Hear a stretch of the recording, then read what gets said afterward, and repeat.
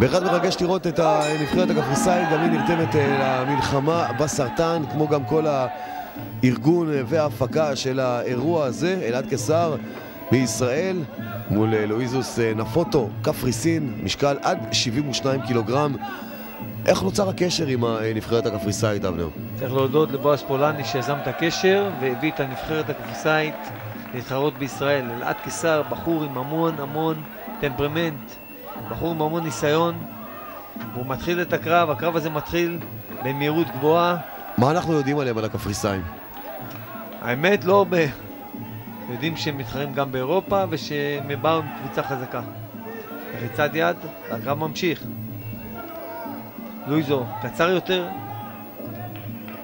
אלעד יותר גבוה, ואלעד ישר פנימה עם קפיצה, מכה לגוף, ומכות ידיים לא פוסקות, והופה, יש לנו פה נפילה של הקפריסאי על הרצפה.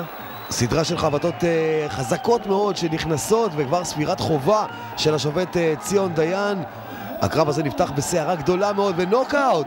יש כבר נוקאוט בסיבוב הראשון. לא יאמן, לואיזו מסיים את הסיבוב שלו על הקרשים.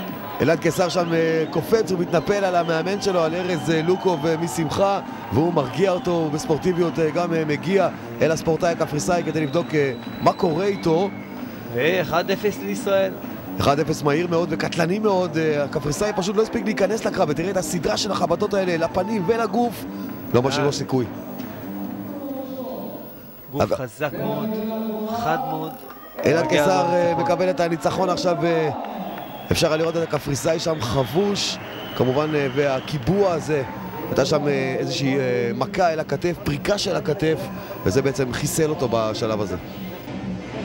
מה שמתקיים היום זה אגרוף תאילנדי, הרוב, נגד קפריסין, אבל באיגוד הזה שעומד מאחורי זה קוראים לזה וואקו פרו, World Association of Kickboxing Organization במקצוענים, ויש וואקו לחובבנים.